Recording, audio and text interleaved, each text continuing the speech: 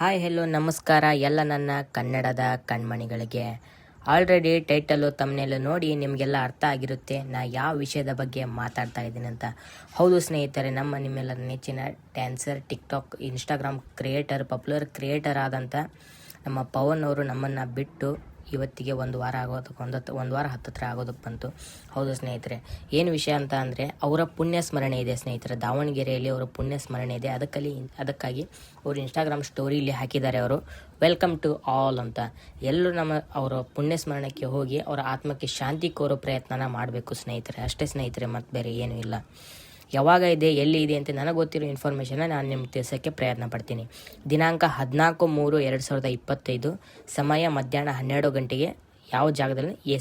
SPS ನಗರ, ಬೋದಾಳ್ ರಸ್ತೆ, 13ನೇ cross, Davanagere. ಅರ್ಥ ಆಯ್ತಲ್ವ ಸ್ನೇಹಿತರೆ? 14ನೇ ತಾರೀಕು 3ನೇ ತಿಂಗಳು 2025 ಇಸ್ವಿ.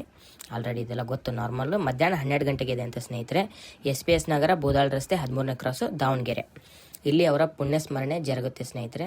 ಎಲ್ಲರೂ ಅವರ ಫ್ರೆಂಡ್ಸ್ ಏನಿದ್ರೆ ದಯವಿಟ್ಟು ಹೋಗಿ ಅವರ ಆತ್ಮಕ್ಕೆ ಶಾಂತಿಯನ್ನು ಒದಗಿಸುವ ಕೆಲಸ ಮಾಡಬೇಕು ಅಂತ, ಮತ್ತು ಅವರ ಕುಟುಂಬಕ್ಕೆ ಶಕ್ತಿಯನ್ನು ತುಂಬುವ ಕೆಲಸ ಮಾಡಬೇಕಂತ ನಿಮ್ಮಲ್ಲಿ ಕೇಳ್ಕೊಳ್ತೀನಿ.